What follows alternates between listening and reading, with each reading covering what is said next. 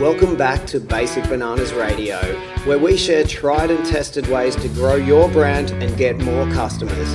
Everything from the latest in marketing and branding, right through to growing your team and creating an irresistible culture.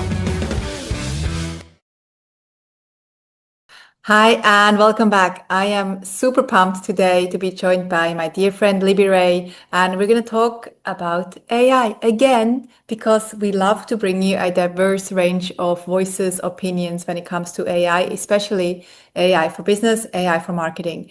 And Libby is a ninja when it comes to this topic. We're going to share with you not only what the future looks like and what you may want to focus on in your business, but also what are some of the downfalls when it comes to using AI in business. So let's jump in. Hey, Libby, so awesome to see you again, as always. Thank you for joining me today. Thanks. So glad to be here. Yeah, and you know what? We actually, I'm pretending like I've only just seen you, but we've just had a really long conversation about AI. And then I thought you have so many beautiful insights. And I asked you, hey, do you mind if we quickly hit record and share some of your insights with our audiences? Because you're one of the founders of Mostly Human, Intelligence with Intent, an AI consultancy in Australia. And you not only have incredible business acumen, I can't say that word. Is that how you pronounce it? Acumen? Acumen, but you can Acumen. just pretend that it's Acumen. the way that you say it with your beautiful accent.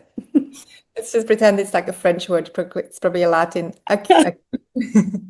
And so what makes you so powerful in this space is that you come at AI from a very practical business perspective. And so what I'd like to do in this quick update, AI update, and we'll do more of these because the world is moving so fast. I asked you before, hey, what would you use for this? And you're like, well, last week I would have said this. This week I'm going to say this. Next week I'm going to say something else. So let's maybe start with an observation that you have in terms of the bigger picture of AI, the future of workforce with AI. Do you mind sharing your thoughts on that? Yeah, and look, I definitely have a really positive outlook on where the future is going to go. I know that there's a lot of disruption at the moment, a lot of change. It's really hard to get our heads around, you know, which tool to use today versus tomorrow versus last week.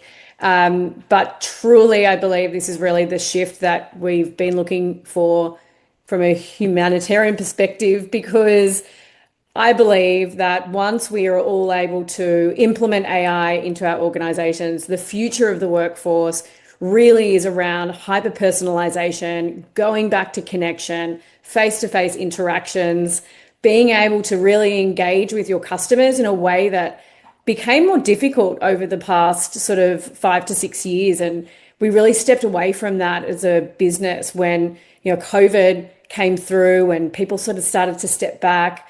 We've had technology ravishing through our societies, and we're not as much focused on that hyper personalization or that connection with our customers.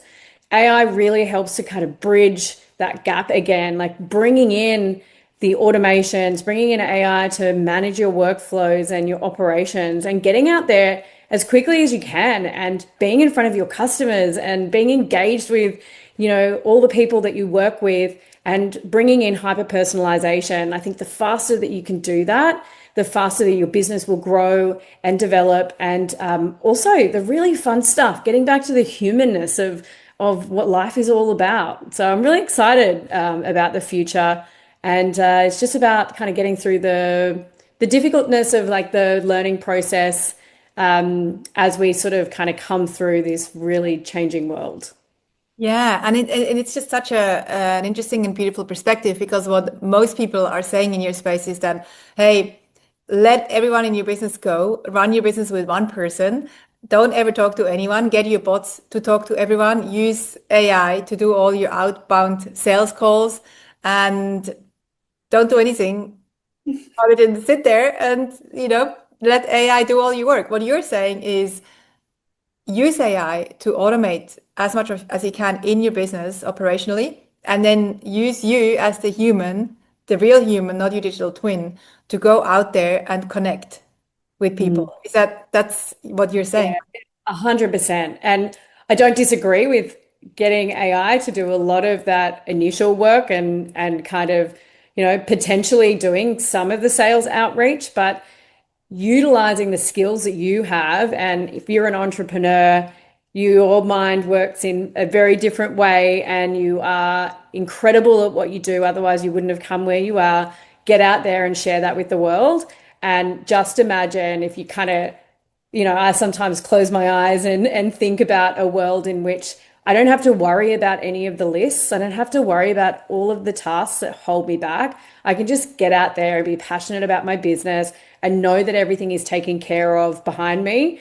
And then that way you get to be kind of making the world a better place in a way. And, I much prefer to look at it like that instead of thinking about no one having any meaning or job or purpose. Hopefully this becomes a much more human experience for us all. Yeah. I was just thinking about, I agree with you. And I've been telling all of our members here that the more you can facilitate human connection and real connection and talk to people in person or pick up the phone and speak to someone. And I've noticed it too, every time I speak to someone on the phone, and I'm not really a phone lover, it makes a huge impact and it always comes back tenfold. What about somebody who is maybe a bit more introverted and doesn't want to see anyone and, is excited about this age of AI where they can just automate everything with bots and they don't have to interact with anyone? I mean, life is about choice. And when you have choice, that is the ultimate, freedom really is choice. And I think there's nothing wrong with doing that. However, I do believe that if you are an introvert and modern society has allowed you to kind of even go into yourself more, I would, encourage people to just do a little bit more, maybe spend more time with your friends. I mean, introverts still love friends and love being around the people that they love. So, don't lose those human skills because they are actually going to be the skills that are sought after the most, and the more connection that you can have with people, the better for all of us, in my opinion. But we are all different, so we play to our strengths and do the best that we can. But the one thing I would say is use AI as a bicycle, not a wheelchair. Let it help you elevate your life and your business. Don't let it make you lazy and do nothing. So that's kind of the one thing that I would, one message that I would put across to all different types of people. Mm. And it's something that I often think about with my kids too is exactly what you say, is that human skill. So the ability to connect with people and have conversations, and curiosity, which goes hand in hand. So connection and curiosity, staying curious, asking the right questions, because I do think that the future does belong to people who ask better questions, stay curious and wonder, not the ones that just sit there and let AI do the wondering, because it's an incredible human ability is to wonder, to be curious. Now, the other thing I wanted to quickly talk to you about is what are you noticing? You work with a lot of small businesses, big businesses. What are you seeing are some of the biggest gaps, mistakes that can be overcome when it comes to AI? And one of them, you mentioned the story before with me about Claude shutting down a business, and then there's just like, okay, now all of our workflows, all of our skills, everything is gone. Now what? That's maybe one of the ones we can start with, and then what else? Yeah, it's actually quite surprising and was a little bit jarring actually to see this, because it was a big reminder about who's really in control. And so there was a story last week. A 60-person organization had their entire Claude Cowork, all the Claude Teams account shut down. I imagine if they have 60 people working in there, they're probably using it to its full extent, possibly rely on it for the day-to-day operations of their business. Claude shut down their account without any warning, sent them an email saying, we believe you've been using this against our policies or our fair use policy. If you would like to talk to us, please fill out this form. And it's such a remarkable thing to think that someone at the forefront of the AI would ask you to fill out a form in order to talk to them about an account. But really, the biggest message through that was you need to own the work that you've done in AI. You need to be able to feel confident that whatever is in your IP that you've put into this system is accessible by you, regardless of what AI software it's in. And that's why I'm really, really passionate about skill development and process development in a way that can be removed and saved on your computer, on your shared drive, once a skill is created. And that way, if for some reason Claude triples their price or they shut you down, you have all of your skills, you have all of your IP, your work for, you can pull those into another AI service and get up and going really quickly. So you don't really feel like you're at the mercy of someone else. So that's one big thing. Another one is I see a lot of this. People played around with AI 6 months ago and it didn't do a good job. And then it was like, well, nah, AI is not going to work for me. It's not great. Doesn't get the output. I just don't see how it's going to change my business, and become very fixed-minded about what AI can do. What AI could do 2 weeks ago is different to what it can do this week, and you need to continue to test. Like I would actually suggest to everybody, if you don't believe that AI can do what you need it to do, think of one task that you believe that AI cannot do and repeat it every 2 weeks or 3 weeks or even every month. Repeat it across a number of different, you can even use a free plan. Wouldn't recommend free plans, by the way, but you could use a free plan, test that and test the output. And then you continually seeing how it's changing. Just don't give up on it. It's certainly something that you need to continue to follow the journey, and otherwise you'll get left behind, unfortunately.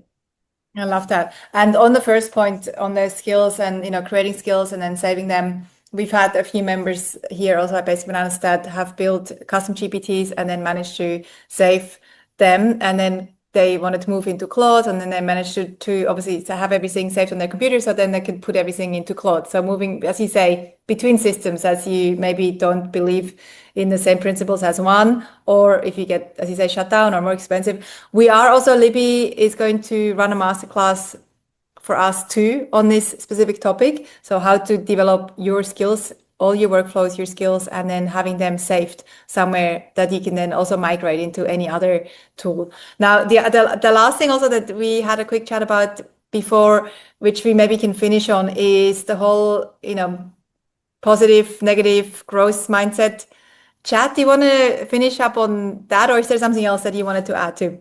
Yeah, look, I think actually everything that we've spoken today kind of feeds into that component, because I think, the future belongs to the people that have an open and positive mindset towards AI. What is the good that can do, and focuses heavily on that side rather than what is the bad that can do. Because a lot of the time, if we focus on, whether it's going to shut down a significant number of jobs, then whatever we, and we're probably getting a little philosophical now, but whatever we focus on will become our reality. And if we continue to keep an open mindset towards AI, you'll start to see the opportunities open up for you. And I think that that's a really important focus. There's a really great podcast out there that's not as good as Fran's podcast. Of course. It's called Moonshots. And it is probably one of the only fully positive AI podcasts. I'm obsessed. I highly recommend anyone interested in AI to listen to that one as well. Yeah, we'll add the link to that one too. It's AI. It's also just about how to solve the world's biggest problems. using AI and future technology. So yeah, I'll link to the Moonshots podcast here too. And as always, Libby, I really appreciate you. I'm really excited for our masterclass. So what we're going to do is we'll put a link also in these show notes. We're going to run a masterclass 90 minutes with Libby, where you'll be on Zoom with us, sharing the screen, and Libby will show us how to do skills, how to build your whole skill base and then save it also on your computer or in your drive or whatever you use to migrate into other systems, and also how to build entire workflows so that AI can do work for you while you sleep. And super practical. Thanks again, Libby. I appreciate all you do for humanity and for spreading your positivity around this topic. I think it's super necessary. Awesome. Thank you so much. Thank you. Talk to you soon. To get more from Basic Bananas and to learn new ways to grow your business with clever marketing, visit basicbananas.com.